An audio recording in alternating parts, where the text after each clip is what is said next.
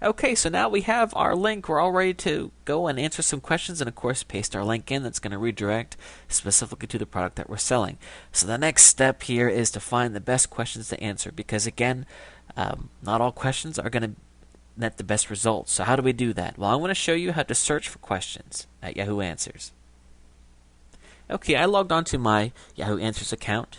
And if you don't have an account, of course, it's free to sign up. Once you do that, we can see here that we can go ahead and we can just do a search for whatever. However, we do not want to do a general search. The reason being is if I search for dog training, what's going to come up are going to be a whole bunch of questions, unfortunately, a lot of which have already been closed. When somebody asks a question, you have a limited time to answer it, and then that person picks the best answer, and then, of course, the question's closed. So we want to only focus on questions that have not been closed yet. So we want to click on advanced search. Again, this is really, really important.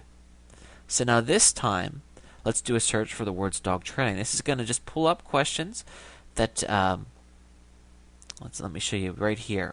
Select open questions on dog training that have not been closed yet, which means that people can still answer them.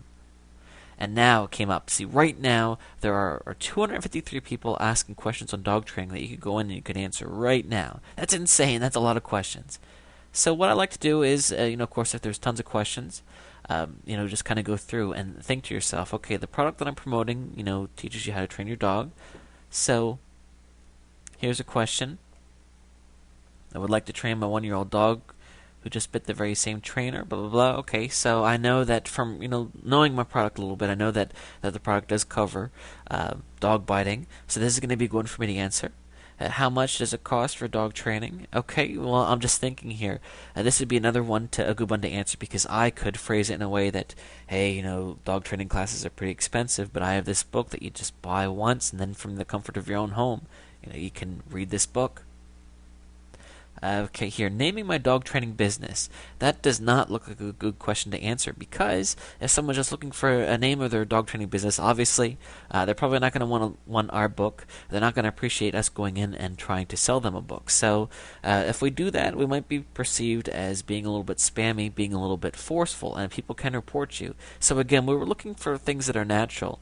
There is nothing wrong when somebody asks a question on dog training for us to provide them with an answer that's going to pitch our book because it makes sense, it fits. Now let's talk about questions that are even more specific.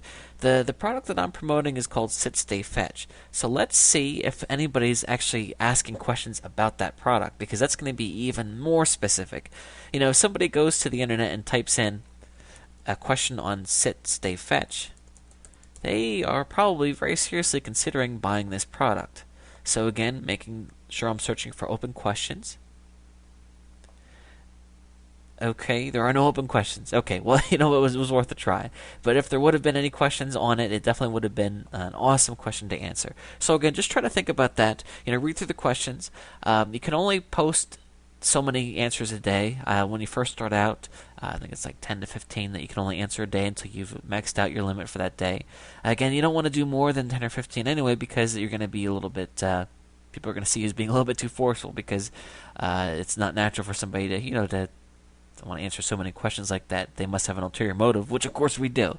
So again, just remember that all questions are not created equal. If somebody typed in, I'm looking for free dog training, that question, would be okay because we're still providing them with a resource. However, if they type in free, again, they're probably not looking to spend money, so you want to keep that in mind.